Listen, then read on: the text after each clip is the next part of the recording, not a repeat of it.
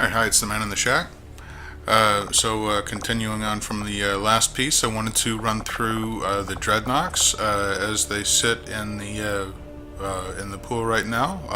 I've got all of the official Dreadnoks from Zartan through Nagahide. That's all of the official canon, not including the large expansion that Devils Do had done. I may end up throwing some of those better known things in there later on, but for the time being, I'm happy with this.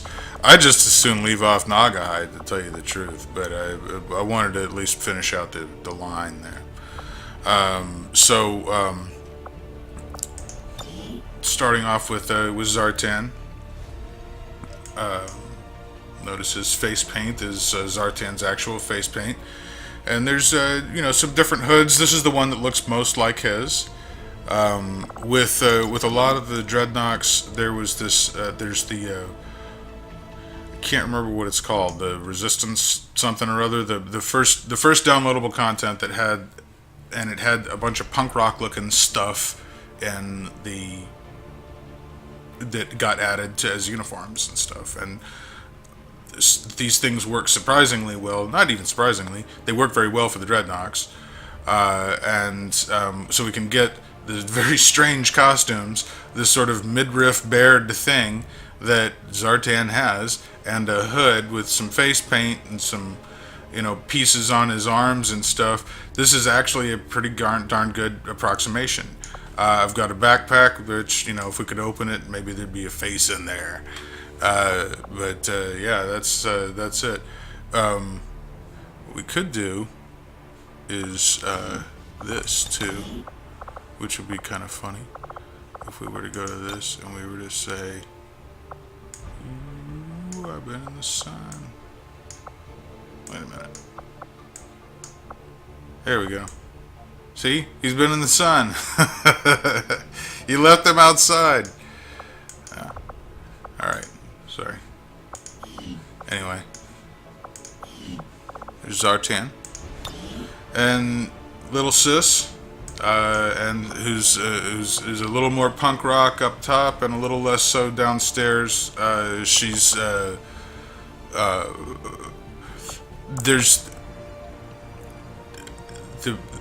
should be like wearing a ripped up kind of a crop top thing. Instead, I've given her the underlay that most of them seem to have. Mostly because I wanted, form fitting was more important than than the actual piece of clothing. And the pink, of course, makes it her. Of course, I like.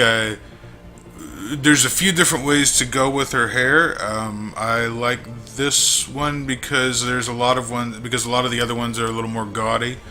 I went for the facial piercings to up the ante on the punk rock without giving her tattoos, because tattoos she wouldn't be able to hide, but she can just take that thing out of her nose and her eyebrow, and she can put on a wig, and she can do what Zarana is supposed to be good at doing, which is blending in and that type of thing. So I think her having ultimately kind of short hair that she could easily get out of the way, and the shaved sides, I think that's true to how she would be.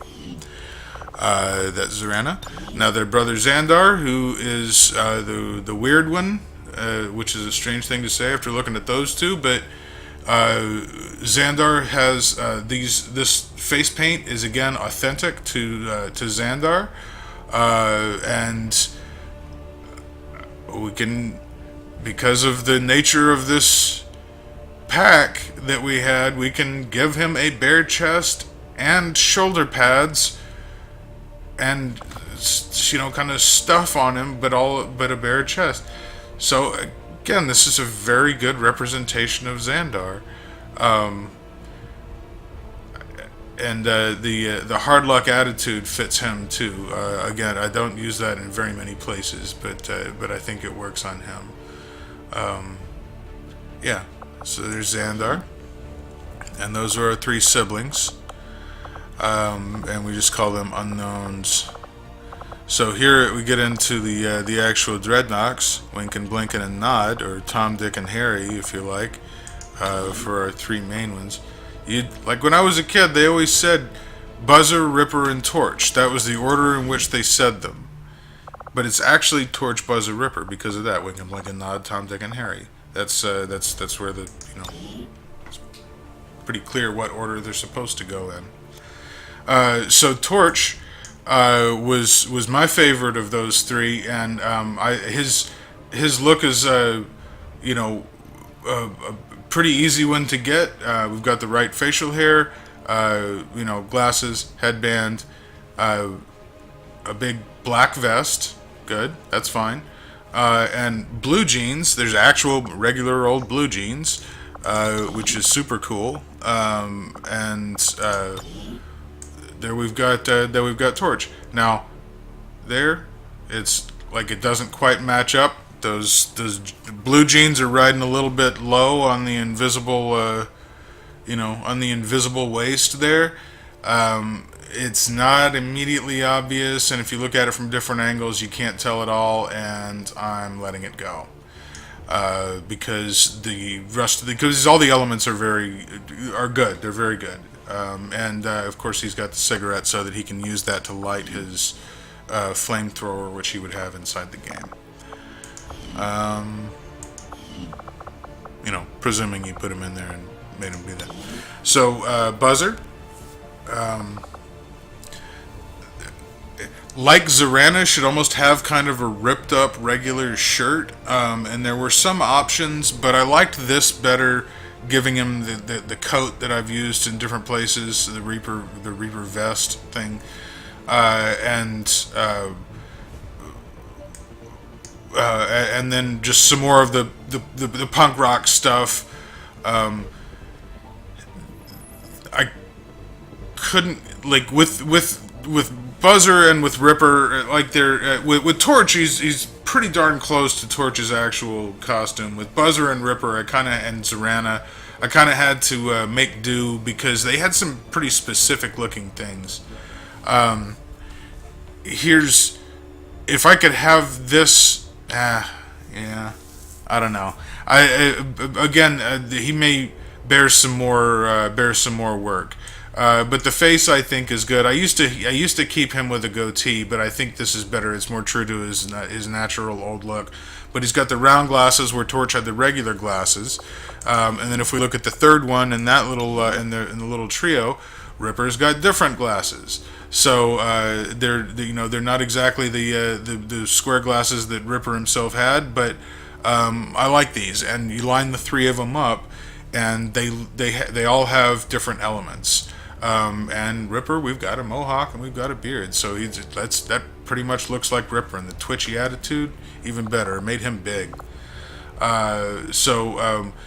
Again, ripped up shirt. Well, we're just going to use we're just going to use another one of the open vests, but it gives that feeling, and a different pair of jeans. So they all have different pants that are all the same color essentially. And then they have their different color schemes on the top. Most of the elements are here. I'm pretty pleased with it.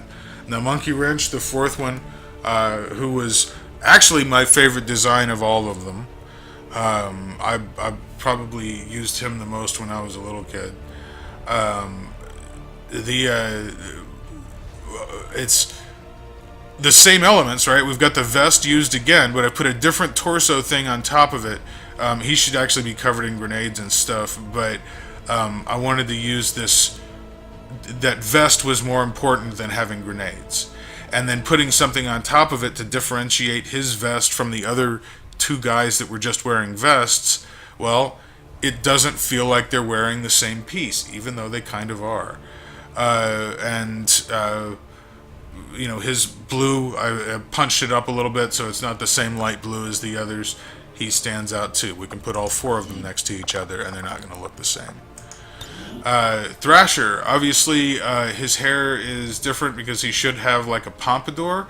And there are other hairstyles that would be closer to that are even in here.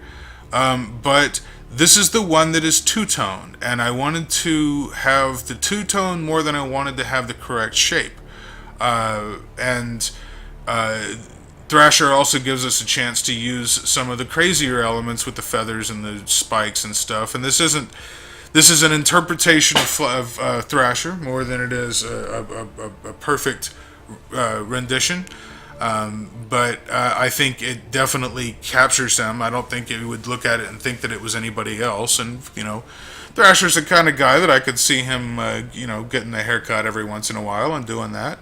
I like this a lot. Using the twitchy attitude again. We got 2 twitchies and we got a hard luck. So the Dreadnoks have got more emotional problems than the others. They hide it behind grape soda and cocaine, but Road Pig, the schizophrenic. This, of course, he's calm here. So this is Donald DeLuca, not Road Pig, but he could change at any moment and become a fearsome rival to the G.I. Joes. He's the biggest one of all. I made him 58. I think Roadblock was 57. Donnie here should be the most physically imposing person in the entire game. I think he doesn't even fit on the screen. So I think we're there. Of course, there is no cinder block hammer. But again, these pieces with the midriff bearing thing and this just the kind of the stuff that we can put on their arms gives them the right kind of look, I think. I do wish we could bulk him out so that he was as wide as he is tall. But it's I think it's good enough. I like it. Zanzibar, who's wearing the other part of Thrasher's costume here. I just noticed, like the backwards version of that. Again, like Xandar, he's got shoulder gear with no actual shirt, and a fairly simplistic set of stuff. But the guy just needs to look kind of skeezy, scurvy, yucky. He's a pirate. So, that's Zanzibar. I think we can probably move towards something. I'd like to find even more elaborate garbage to put on him, and just kind of push how ridiculous the guy is supposed to look. I think that he's for somebody who's supposed to be pretty gaudy. I think he's kind of plain here.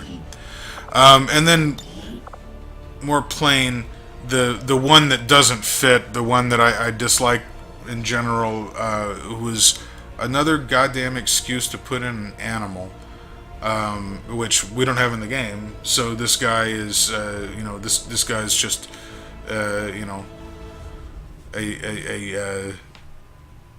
dirty, smelly, unpopular addition to a punk rock group. But he had a pretty plain look. He had a vest. He had a hat. He had big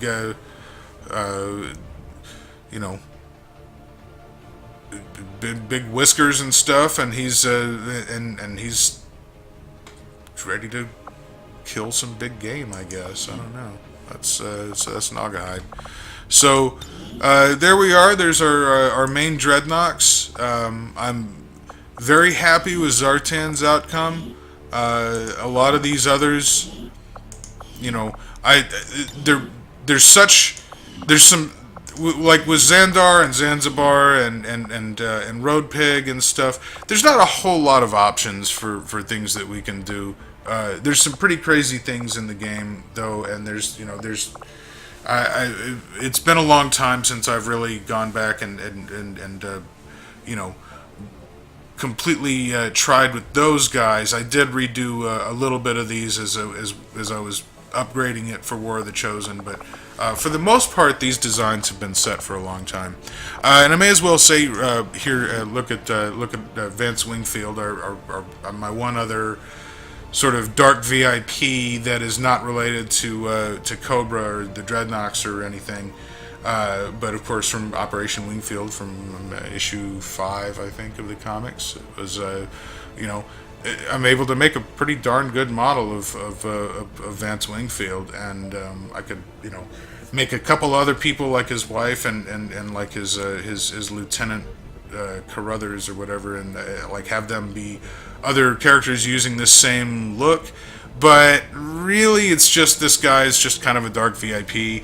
If I could script missions, that would be super sweet. And then I would probably make some extra ones like that and have, you know, that would, I think, be the ultimate evolution of this of using this as a game, when we can replace the XCOM Advent enemy, or when we can replace the Advent characters with Cobra characters or other characters of our own design, and then we could literally make Operation Wingfield into a mission and have, you know, have Hawk and Grunt start out in the middle of the map and Snake Eyes on the outside, and have them have to fight a bunch of these random soldiers.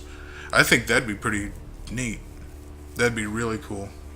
That's that. I don't see scripting. I don't see scripting missions happening.